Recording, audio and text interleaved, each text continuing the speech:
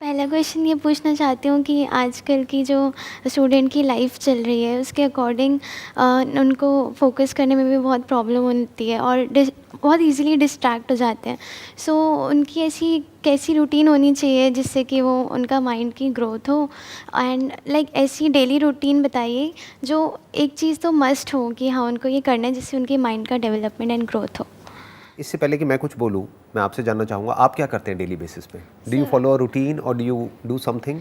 Yes sir, मैं सुबह जल्दी उठ के एंड थोड़ा एक्सरसाइज एंड उसके बाद फिर अर्ली मॉर्निंग मतलब थोड़ा साफ़ सफाई भी करती हूँ और क्या करते हो? घर की सफाई। अच्छा, घर की सफाई करते हो। अपने घर की, किसी और के? अपने घर की। अपने घर की, ओके। एंड फिर उसके बाद पूजा करती हूँ हाँ। एंड फिर बाकी सारे काम करती हूँ। और रात को सोने से पहले कुछ रूटीन है जिसको रात आप को फॉलो सोने करते से हो? पहले आपकी वो वीडियो देखती हूँ नाइट वाली अफर्मेशंस वाली। अफर्मेशंस वाली? हाँ जी। मॉर्निंग वाली नहीं देखते? मॉर्निंग वाली भी। देखते हो? अच्छा, ठीक है। तो सबसे इम्पोर्टेंट क्या है एक स्टूडेंट के लिए, या सिर्फ स्टूडेंट के लिए नहीं, कोई भी पर्सन हो, किसी भी एज ग्रुप का हो, उसके लिए सबसे इम्पोर्टेंट क्या है जो डेली बेसिस पे उसको करना चाहिए? आइडियली एक जर्नल मेंटेन करनी चाहिए, यानी कि एक डायरी जिसमें कि डेली बेसिस पे दिन के एंड में आज क्या क्या हुआ, उसमें से जो मान लो सबसे बड़ी अचीवमेंट थी, कुछ ना कुछ तो अचीव किया होगा ना दिन में। Yes. दिन में कुछ अच्छा भी हुआ होगा, कुछ बुरा भी हुआ होगा। तो दिन में जो सबसे अच्छा हुआ उसके बारे में डिटेल में लिखो। इससे क्या है, सोने से पहले आप एक ग्रैटिट्यूड वाले जोन में चले जाओगे। And gratitude is the centre point of all virtues in life. जिसके अंदर ग्रैटिट्यूड नहीं है उसके अंदर पेशेंस नहीं है, उसके अंदर खुशी की बातें हम कर सकते हैं लेकिन एक्चुअल में खुशी, कंटेंटमेंट, पीस, ये सब चीज़ें हो ही नहीं सकती बिना ग्रैटिट्यूड के। जी। तो सोने से पहले उस डायरी में ये लिखना है कि आज सबसे अच्छा क्या हुआ। मिनिमम एक, maximum could be depending upon कि भाई आपकी लाइफ कितनी अच्छी है, कि अगर आप 2-3 चीज़ें भी लिख सकते हो तो बहुत बढ़िया है, बट एक तो लिखनी है डेली बेसिस पे रात को सोने से पहले। प्लस उसके साथ साथ में उस डायरी में या अलग से किसी पेपर में सबसे इंपॉर्टेंट आपको क्या अचीव करना है अगले दिन में, उसको भी प्रायोरिटाइज कर लो। जैसे हो सकता है आपको 3 काम करने हैं जी। उसमें भी आप प्रायोरिटाइज कर लो कि सबसे इंपॉर्टेंट ये है, फिर सेकंड प्रायोरिटी पे ये है, थर्ड प्रायोरिटी पे ये है। एंड कहा जाता है ईट द फ्रॉग फर्स्ट। जो ऐसा काम है जो आपको करना बिल्कुल भी पसंद नहीं, उसको सबसे पहले करो। यूजुअली हम क्या करते हैं, हमारी ब्रेन क्या करती है, उसको सबसे एंड में डाल देती है, फिर वो काम होता ही नहीं है, फिर वो प्रोक्रास्टिनेट होता रहता है। तो जो भी काम आपको लगता है सबसे इंपॉर्टेंट है उसको टॉप प्रायोरिटी पे डाल दो। You must have something to get excited about for the next day. बहुत ज़रूरी है कुछ भी ऐसा है जो मेरे को आज मैं जिस भी लेवल पर हूँ उससे एक स्टेप और आगे ले जाएगा। अब मेरे को मतलब क्या, मेरी स्किल को, मेरी नॉलेज को, मेरी अंडरस्टैंडिंग को, जो भी मैं काम कर रहा हूँ उसको, या मैं अगर तैयारी कर रहा हूँ किसी चीज़ की उसको, या मैं जो पढ़ाई कर रहा हूँ उसको, या पढ़ाई के अलावा और क्या क्या चीज़ें हैं जो साथ में करी जा सकती हैं। जैसे आप इंजीनियरिंग कर रहे हो, राइट? Yes sir. तो उसके साथ साथ में और क्या किया जा सकता है, कितना कुछ किया जा सकता है। यस सर, बहुत। आज की डेट में तो पता नहीं क्या क्या किया जा सकता है। आज की डेट में तो इन्फिनिट ऑप्शंस हैं। जी सर। आप किस में कर रहे हो? आईटी में कर रहे हो? Yes sir, CSIT। तो उसमें there are so many things which you can learn, जो कि आप फ्री में भी सीख सकते हो ऑनलाइन। बहुत सारे ऐसी वेबसाइट्स हैं जहाँ पर क्रैश कोर्सेज अवेलेबल हैं, तो अपनी स्किल को आप डेवलप कर सकते हो। वहाँ पे आपको सर्टिफिकेट भी मिल सकता है। मतलब यहीं बैठे बैठे, दिल्ली में बैठे बैठे ऑनलाइन आज की डेट में हार्वर्ड से, स्टैनफोर्ड से, ऑक्सफोर्ड से, पता नहीं जो भी वर्ल्ड की जो बेस्ट यूनिवर्सिटीज़ हैं वहाँ से सीख सकते हो। अब ये सब क्या है, ये इंपॉर्टेंट तो है लेकिन अर्जेंट नहीं है। अर्जेंट क्या है कि मेरे 2 दिन बाद एग्ज़ाम आने वाले हैं। जो वर्ड मैं यूज़ करता हूँ ना, खच्चर, ये आपने सुना होगा। हाँ जी सर। यस सर, सुना है। यस।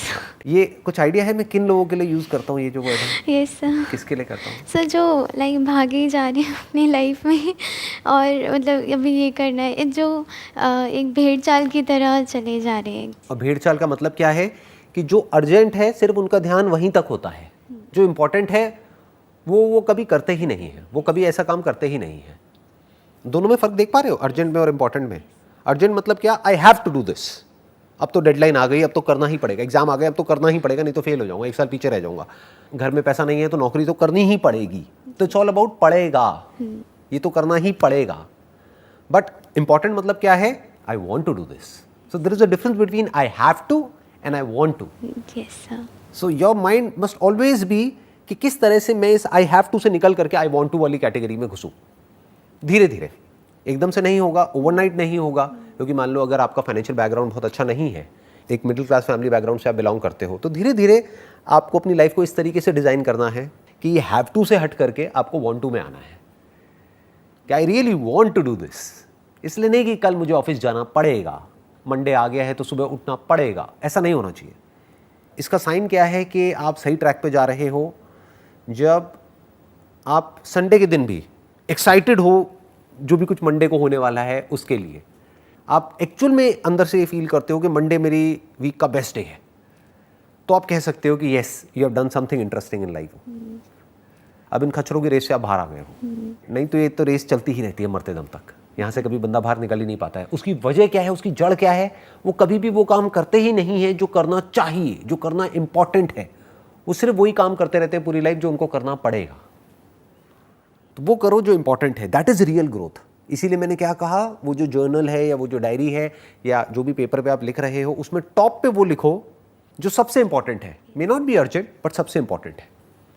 तो डेली बेसिस पे something that you are grateful for, उससे क्या है, नींद अच्छी आएगी। नींद अच्छी आएगी तो सुबह अगले दिन आप एनर्जी के साथ उठोगे।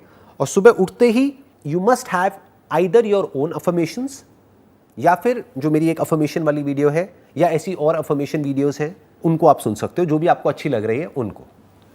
हो सकता है मेरी वीडियो इतनी अच्छी ना लगे, तो जो अच्छी लगे उसको सुन लो। नहीं सर, अच्छी है। अच्छी है बहुत। चलो शुक्र है, किसी को तो पसंद आई। Yes sir. आजकल स्टूडेंट्स मोस्टली ऐसे हैं जो नाइट आउल कह सकते हैं हम उनको, जो रात को लाइक अपना काम करते हैं एंड फिर अर्ली मॉर्निंग वो सो जाते हैं। तो सर क्या आपके अकॉर्डिंग ये रूटीन ठीक है? क्योंकि फिर उनके दिन की शुरुआत तो फिर आफ्टरनून में ही होती है। इसका कोई हार्ड एंड फास्ट रूल नहीं है। जैसे जानवरों में भी दो तरह के होते हैं ना, जी। कुछ हैं जो रात को जागते हैं दिन में सोते हैं, कुछ है जो दिन में जागते हैं रात को सोते हैं। ऐसे ही इंसानों में भी बेसिकली हर एक का बॉडी कंपोजिशन अलग अलग होता है। तो कुछ लोग हैं जो रात को ज़्यादा अच्छे से अपना काम कर सकते हैं। मान लो पढ़ाई करने का काम है तो उनका ध्यान पढ़ाई में ज़्यादा अच्छे से लग जाता है, ज़्यादा आसानी से लग जाता है रात के वक्त। या फिर कोई है जो क्रिएटिव फील्ड से है तो उसको रात को आइडियाज़ आने लग जाते हैं। जैसे मुझे पता नहीं क्या है कि मुझे सुबह 6 बजे का टाइम है मेरा, एक 5-6 बजे का, रोज़ नहीं लेकिन कभी कभी हफ्ते में 1-2 बार ऐसा होता है कि अपने आप ही 5-6 बजे नींद खुल जाती है और कुछ आइडियाज़ आ जाते हैं। तो मेरे लिए जो बेस्ट टाइम है that is around 5 AM to 6 AM। तो हर एक के लिए वो अलग अलग होता है। लेकिन ये मैं बात कर रहा हूँ आज की डेट में।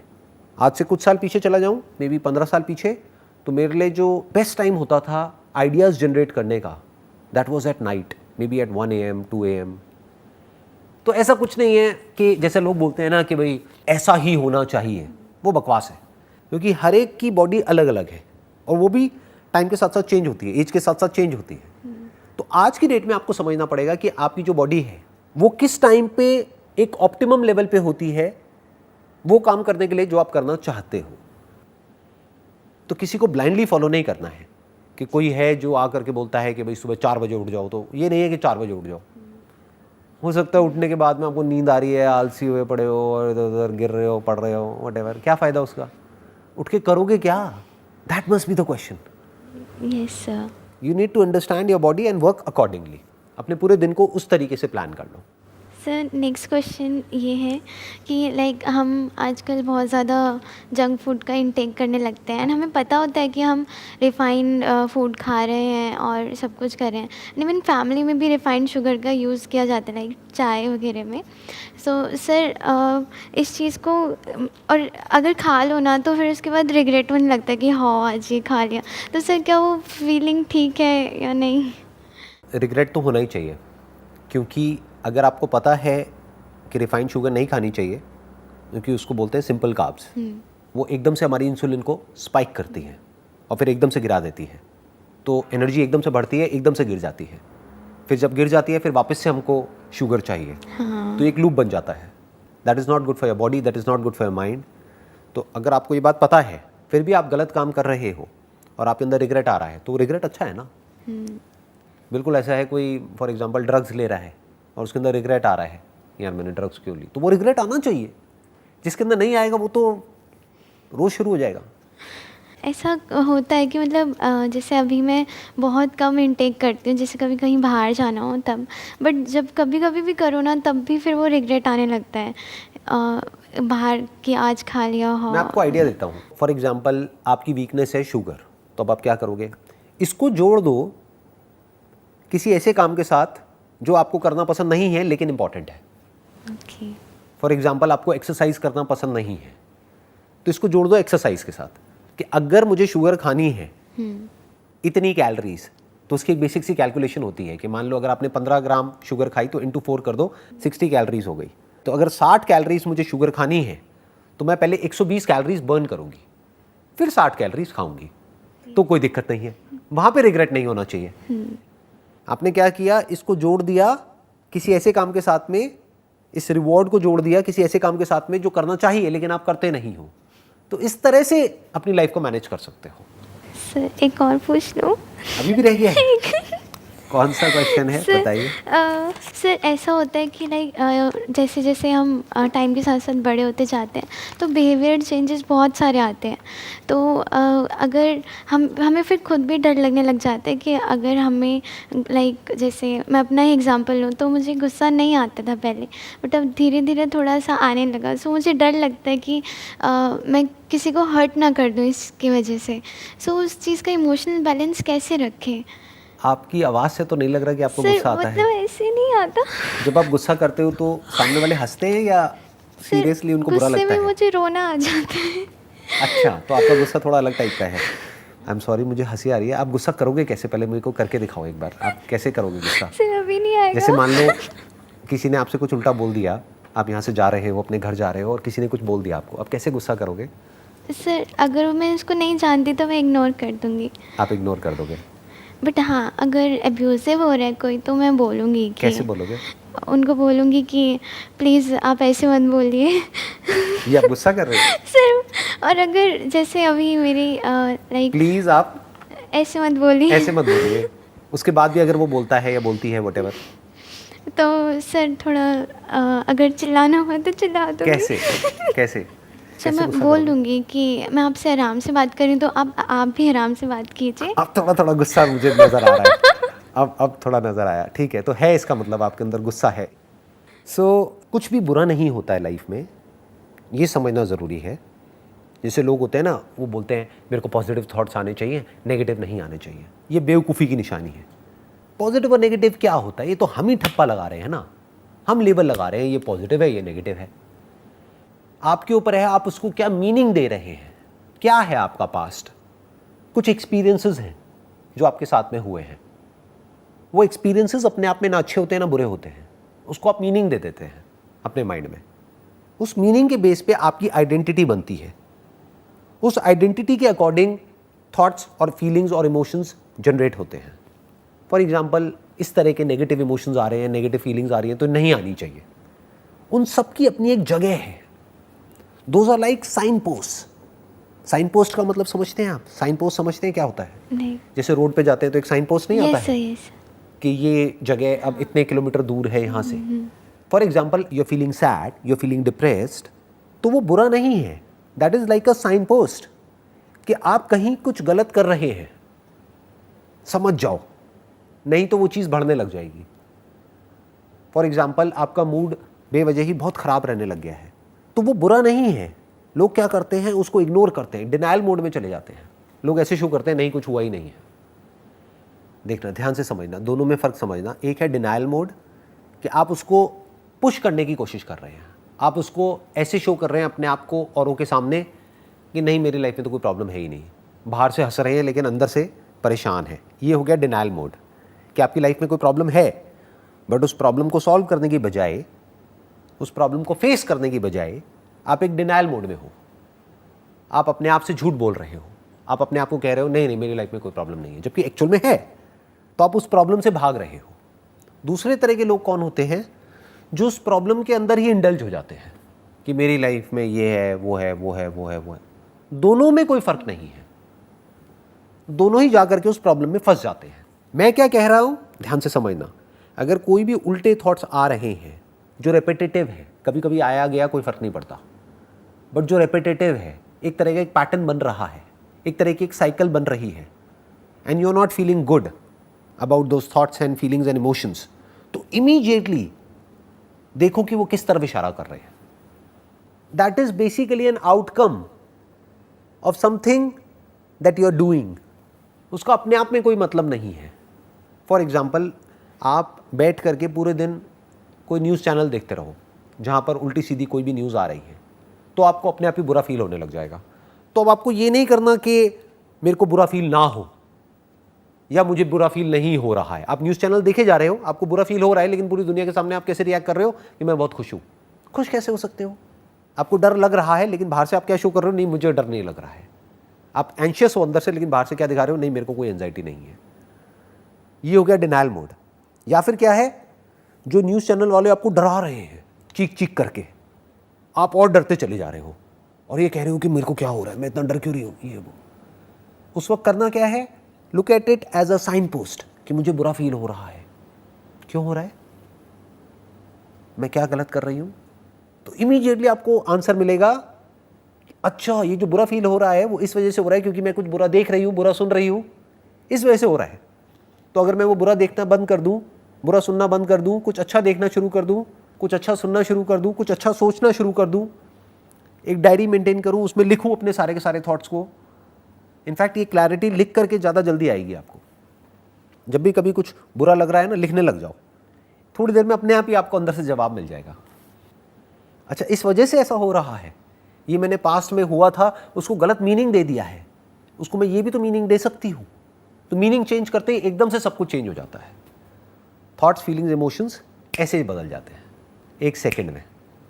You got the difference? आपको क्लियर हुआ? Yes sir. सर, अब जैसे मुझे गुस्से में ना रोना आ जाता है, तो सब मुझे ऐसा कहते हैं कि ये वीकनेस है, तुम मतलब वीक क्यों हो रहे हो. तो रोना क्या वीकनेस में आ जाता है? नहीं, रोना तो बहुत अच्छा होता है, क्योंकि जिसको रोना आता है वो बड़ी जल्दी हल्का हो जाता है या हो जाती है. एग्जैक्टली. तो वो तो बहुत अच्छा है. हाँ, पूरे दिन आप रोते रहो तो बात अलग है. कभी कभी रोते होगे आई थिंक. Sir yes. मतलब जैसे एवरेज क्या है, हफ्ते में नहीं 15-20 बार? महीने में महीने में कभी कभी, जैसे अगर कुछ थिंग्स वर्कआउट नहीं कर रही होती महीने में तो. एक आध बार? हाँ. तो ठीक है, चलता है ना. आप अगर गुस्से में रो देते हो तो वो अच्छा है, क्योंकि रोना मतलब क्या, जो भी आपकी फीलिंग्स है, आपके इमोशंस है, वो रो करके बाहर निकल रहे हैं ना, बजाय कि किसी को मारने पीटने के. Yes sir. कुछ लोग हैं वो गुस्से में चीज़ें उठा करके फेंकने लग जाते हैं, मारते हैं, पीटते हैं, चीखते हैं, चिल्लाते हैं. उससे फार बेटर है रोना. रोना बुरा नहीं है, बहुत अच्छा है, बहुत हेल्दी है. देयर इज़ अ रीज़न जिसकी वजह से बच्चे बहुत रोते हैं. तो ये नेचर की इंटेलिजेंस है जो हम सबके अंदर फीडेड है, ताकि हम किसी भी चीज़ को होल्ड करके ना रखें. कोई इमोशन है, फीलिंग है, वो आया फटाफट से निकल गया. ये तो बहुत अच्छी क्वालिटी है. इसके ऊपर तो मैं किसी अलग दिन एक पूरा का पूरा सेशन आपके साथ में करूँगा, एक पॉडकास्ट करूँगा, ये समझने के लिए कि इसके पीछे की साइंस क्या है, कि जब भी गुस्सा आए रोने कैसे लग जाओ. तो ये तो बहुत बड़ी साइंस है. मतलब अगर ऐसा आ जाए तो सोचो कितना मज़ा आए. हर घर में पति पत्नी की लड़ाई हो रही है, एकदम से पति रोने लग जाए, पत्नी को वैसी तरस आ जाएगा उस पर. अरे अरे बेचारा, राइट. लड़ाई 1 सेकंड में सॉल्व, खत्म. आई होप आपको जितने भी आपके क्वेश्चंस थे उन सबके आंसर्स मिल गए हैं. यस सर, मिल गए. Wish you all the very best. Thank you. And I must say आपकी स्माइल बहुत अच्छी है. हंसते रहो, कभी कभी रोते रहो, बट हंसते रहो. Thank you sir. Wish you all the best. Thank you.